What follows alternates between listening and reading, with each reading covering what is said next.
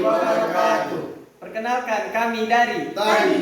Pada tugas mata kuliah perancangan proses kali ini, kami akan membawakan tema pembuatan selulosa asetat dari pelepas sawit.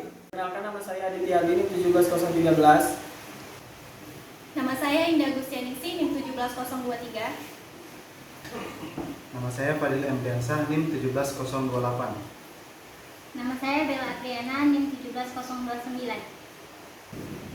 Nama saya Wisnu Wardana, NIM 17049.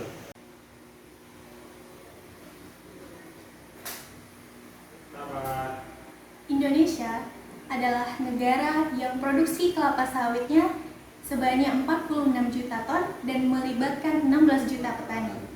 Salah satu kota yang mempunyai perkebunan kelapa sawit terluas adalah Sumatera Utara, yang mana akan dimanfaatkan dan diolah menjadi minyak yang mempunyai nilai jual yang tinggi.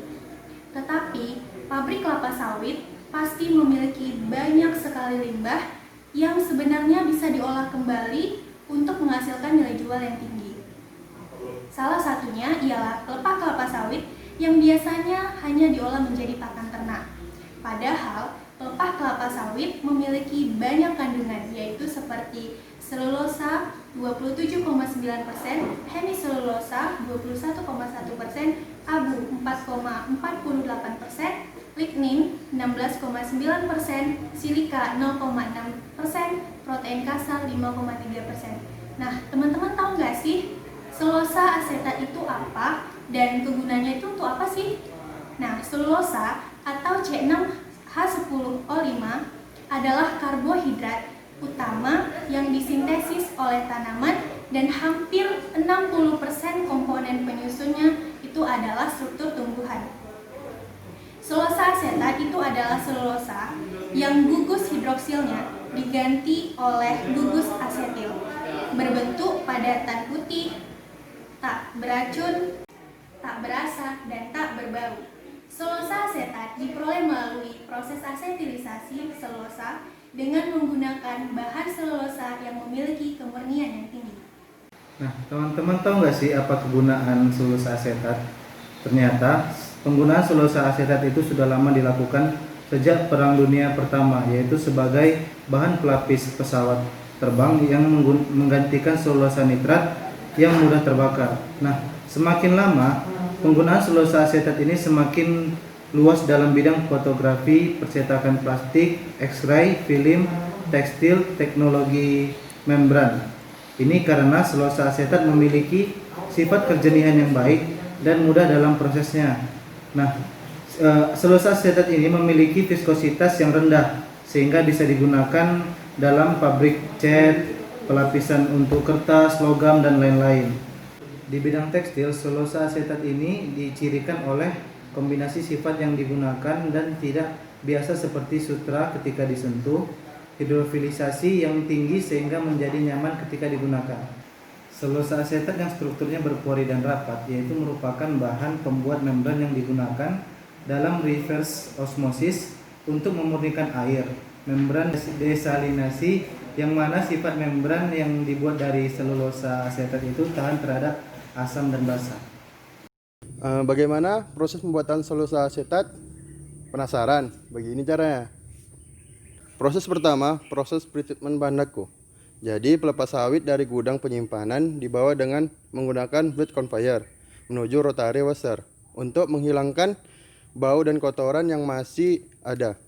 Proses pencucian ini menggunakan air proses pada suhu ruangan atau 30 derajat Celcius selama 30 menit.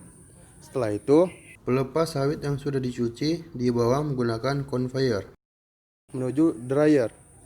Pada dryer ini bertujuan untuk mengeringkan bahan baku pada suhu 100 derajat Celcius dengan menggunakan pemanas steam. Selanjutnya, bahan baku dibawa dengan bed conveyor menuju crusher. Crusher ini bertujuan untuk memperkecil ukuran hingga 0,5 cm yang membuat terbentuk menjadi seperti chip-chip. Bahan baku kemudian dibawa dengan crew conveyor menuju vibrating screen. Pada screen ini terjadi pengayakan di mana chip-chip yang lebih besar dari 0,5 cm akan dilarikan kembali ke crusher menggunakan crew conveyor, sementara chip-chip yang telah lolos screen dibawa dengan menggunakan screw conveyor menuju gudang penyimpanan chip fill. Nah, proses selanjutnya yaitu pulp hasil delignifikasi dialirkan menggunakan pompa menuju tangki penampungan sementara. Lalu dikirimkan ke unit pencucian rotary washer dengan menggunakan pompa. Media yang digunakan untuk mencuci pada unit ini adalah air proses dengan suhu 30 derajat Celcius dengan perbandingan 2,5:1 dan efisiensinya yaitu 98%. Selanjutnya, pulp akan dialirkan ke dalam tangki bleaching untuk menghilangkan lignin dari proses delignifikasi. Di dalam tangki bleaching dimasukkan pulp serta larutan hidrogen peroksida sebanyak 5% dari berat pulp. Proses bleaching berlangsung selama 30 menit pada suhu 80 derajat Celcius. Pada unit ini digunakan media pemanas berupa steam yang dialirkan melalui jaket. Setelah melewati tahap bleaching, biset pulp dialirkan menggunakan pompa ke rotary washer yang bertujuan agar pulp yang dihasilkan bersih dari sisa bahan kimia pemutih.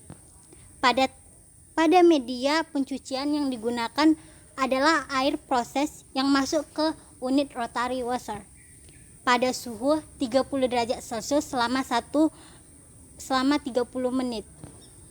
Rotary washer memiliki perbandingan air proses dengan bahan yaitu 2,5:1 dan efisiensi 98%.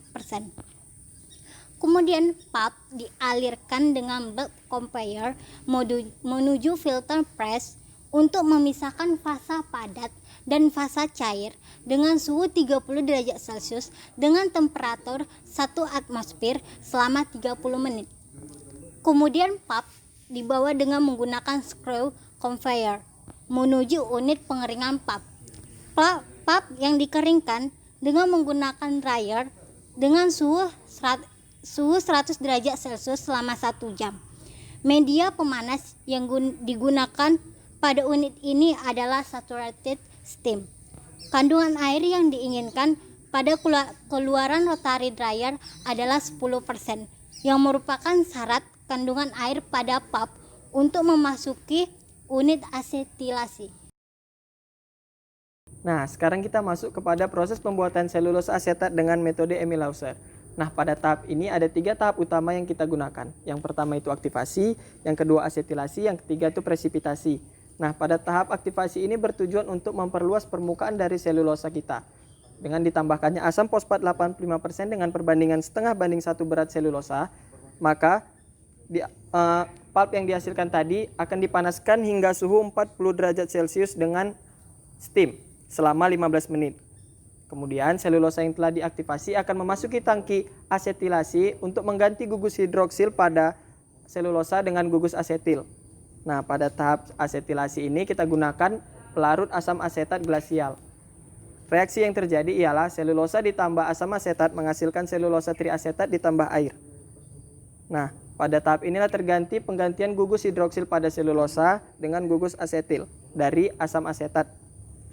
Setelah itu, kita memasuki tahap presipitasi. Nah, tahap ini tuh sebenarnya memiliki 2 fungsi. Yang pertama itu untuk menggantikan proses asetilasi yang berlangsung, juga untuk memisahkan asam fosfat yang kita gunakan untuk aktivasi. Nah, pada tahap ini ditambahkan diethyl ether yang bertujuan untuk mengendapkan selulosa yang dihasilkan, sehingga selulosa yang mengendap ini akan kita press kemudian untuk memisahkan fasa padat dan fasa cairnya, kemudian akan kita keringkan sehingga menghasilkan selulosa yang kita inginkan.